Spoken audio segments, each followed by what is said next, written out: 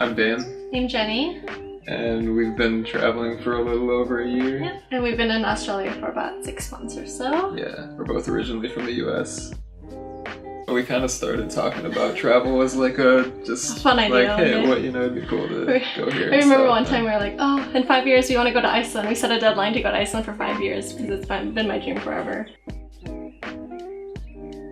I think originally we were just talking about places that we wanted to go as like individual, like, hey, it'd be cool to go here. And then it kind of snowballed into like, once we actually, one day we went to a coffee shop and just decided to like look at prices for like plane tickets, and it was like, oh, like it's cheaper than we thought to go to this country, and then once you're there you can take a train here, and it's just like, so like once you're somewhere, keep going. Like even from like Europe to Asia, we found tickets for like $300, and so it's like a lot more affordable than we used to think, because I thought it would be thousands of dollars to keep traveling. And I think for me, like, I never thought I could travel long term, because once I was at the job I really thought I loved, that I was tied down. I'm like, oh, now I can't, take a long vacation for more than a week, and when am I ever gonna like have enough time to like do long-term traveling when you're tied down to like one position, I think. And so like I moved to Seattle because we were dating long distance, and then I was like, well, now that I quit my job, there's nothing tying me down, so I was like, we might as well travel now before we get tied down a little more. I work from my computer, so it was something that I could pick up and take along with travel too, so we were both in a place where we weren't bound to a specific place. I mean, part of it's just that, well, since we're doing this a little bit more long term, we wanted to like kind of pace it out and be able to actually get to know people in a community and see like what daily life is like. And I mean like museums and tours and stuff like that are part of that, and we try to see that stuff every once in a while, but it's, I think it's important to see what, or just talk to people, meet people, and it's kind of a pressure too when you talk to people about, or when you tell someone that you're going to travel and they're like, oh, you have to do this, and this. That's and too overwhelming. It's cool to get like suggestions, but it can be kind of a weird stress when you're thinking like, I have to see all these things. Yeah. And especially if you're doing it for a shorter time, then it's, you have to pack so much in. You maybe don't get the chance to actually just sit back and just be like, I don't know, people watch and see how people order coffees and read the newspaper and the different, just little things. Like I can't imagine going to, traveling for a year and just doing only touristy things, just museums, and I don't know what other touristy things people do, but it just sounds really exhausting to me. Even just the place too, it's like, if you tell someone that you're going to Europe, they might be like, oh, you have to go to Paris. It's like, what happens if you don't? You're not gonna like be on your deathbed and be like, if only I would have gone to Paris. There's always so much cool things. Yeah. It's just like, at that point you want to kind of like feel like you live there just a little bit, and to live there, like you just try to have like maybe a local life, but like, entertainment and stuff like that. So that's why we do the open mics, because you get to meet, what the people are doing there, and like every art scene is very different, or the topics people, do poetry about are very different, depending on where they're from. It's a cool insight that you don't get from museums or history books or things like that, of like what people are thinking right now, or like talking to someone your age and just being like, what does it feel like to live here? Not just like what led to this time, like what, historical events, but like, what does it feel like?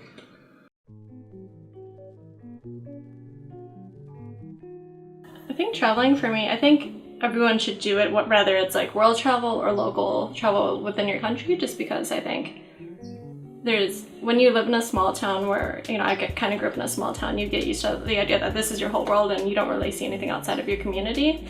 And I think it's okay that to go outside and come back home, then this is your home. But I think you still need to like go out in the world and experience before deciding, and just like experiencing other cultures and other people.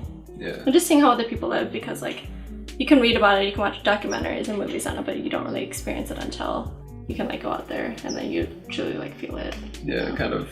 It does, I think, two main things for me, and it's like it strips away like who I am, and then it also kind of strips away, like you were saying, like what you think of other cultures and countries. Like you can read about them, or you can have an idea based on like if you've seen a movie about a certain place, but when you're actually confronted with like the reality of daily life, it's more complex than a movie or you know, a news article could ever like distill into one and I feel like easy package. Yeah, you can like watch movies and things like that, but then you know you forget about it 2 days later, and like it has a short-term impact on you, but like what you experienced in person, you carry with you throughout, and you're always constantly having daily reminders. You know, like things that kind of trigger and remind you of those experiences. When you get out of your comfort zone and you're not tied to the same environment that sort of makes you, in some ways, who you are, you kind of start to see what part of yourself is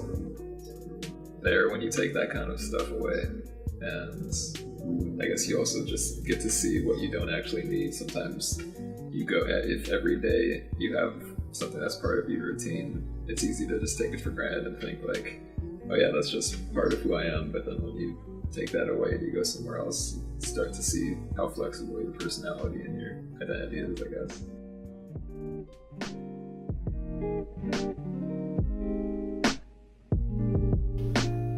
I mean, the world definitely feels smaller. I'm sure a lot of people say that once they've gone to a few places, but it's kind of wild just to think that, like, even when I do feel far away, I'm really only, you know, falling asleep in a plane away from That's true.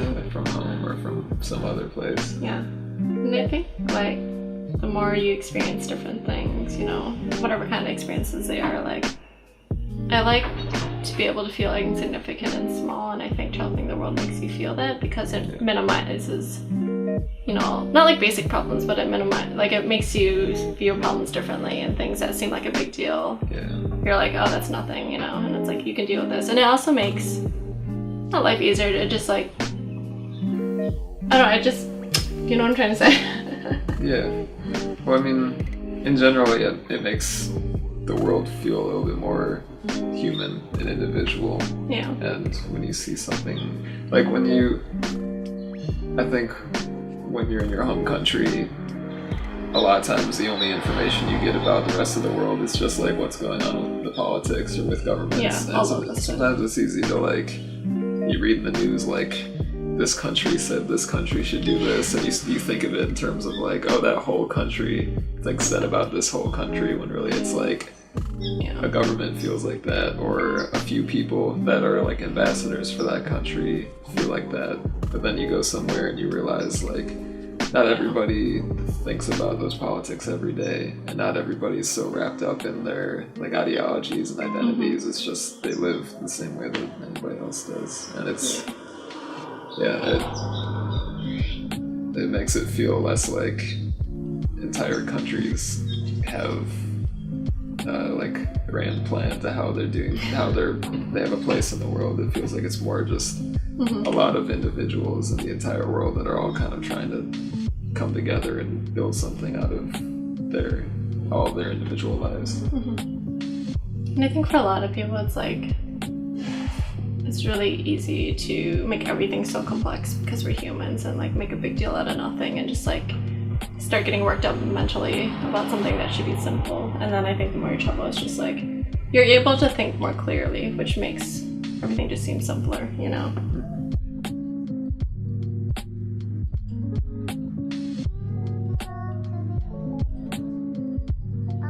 When I hear young people traveling the world, or, you know, traveling for a long time, they're like, oh, they must come from like, you know, a trust fund family, or they must be super wealthy. And it's like, you make these assumptions, but it's not always true. Like, we met so many travelers that are doing what we're doing and, you know, aren't given the money. You know, they had to work for it.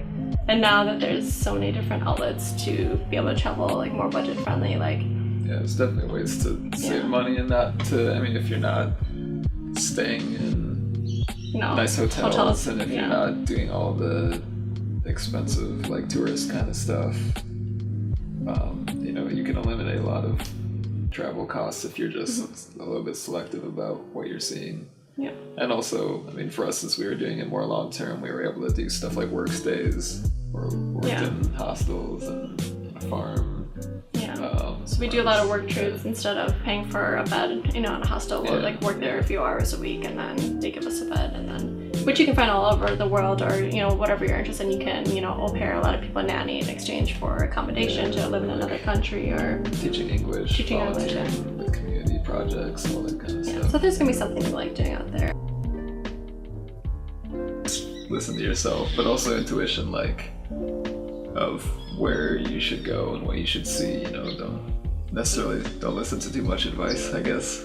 It's good to take suggestions, but you know, But be smart. if you're really not that interested in seeing a certain place or going to a certain tourist site, like, just don't feel like you have to, I guess. It's true. If something seems cool to you or something seems interesting or you want to have a conversation, and it may not be like the most extravagant way to spend your time, but you're going to get a lot more out of something that comes about naturally, I think, but I need to get to this place, just, you know. And I think everyone just like enjoys things differently, you know. It's like what I think is interesting or fun to do. It's like not everyone's gonna think that, and that's okay, and like just be okay with that. But I think people who are trying to plan a long-term travel, or just maybe just traveling in general, even short-term, I guess, like, don't keep putting it off forever. Like, it seems like a big deal, and I mean, it is a big deal, but it seems like overwhelming to try to plan the whole year. Like, if we were to plan the whole thing, I'd just be like, oh, okay, we have to buy all these plane tickets and be here by this time, and it's just like, just be flexible and be open, and you don't know who you, like, what other friends you meet along the way. Maybe you want to, you know, go somewhere else, or stay longer somewhere. Yeah, so I would just say don't overplan and don't overpack, because the more stuff you have, the more it is to lug around, and it's like, just try to learn to live with not much, because you just gain so much more from that. And I think, try not to put it off forever, because it's like the whole like saying like, if not now then when, and it's like, I don't know, for me, like the way I live my life in general is just like, if it doesn't make a difference if I do it now or later, why don't I just do it now, you know, and just kind of plan that way.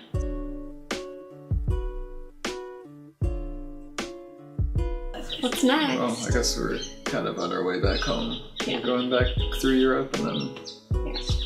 So we'll fly to Malaysia, and then spend a few weeks in Malaysia, and then fly into Denmark, because it's cheaper to fly into Denmark to go to Iceland. And Iceland has been my dream for so many years, so we'll try to spend a couple weeks there just hiking and camping and, you know, experiencing the beautiful nature there, and then go back into Europe for a couple months, and then fly home and start life again at home. You guys excited to go back and nervous, or you know? I'm pretty excited to go back. I mean, travel to me is so refreshing that it makes going back better. I don't get that sense of like, you know, once traveling is over, then like all the feelings that were felt during travel and all those experiences are just like left to the past. Like, it's all part of me, and it all kind of adds to how I see home and what I have to bring to people back home, I guess. People always ask me all the time, like, oh, are you homesick, or do you miss home? And I don't miss home so much as home, but I miss like the people, and I miss, since I'm such a planner, like, I think I miss being able to build a life somewhere, because when you travel, you're always leaving and experiencing new things, but you can't, you know, if you don't plan to stay there, you can't actually build anything, you know, long term there. So I'm excited to go home to, you know, create the life and like create all the stuff that I want to do back home, but, you know, I'm okay right now being where I am. Like, I don't need to be home right now.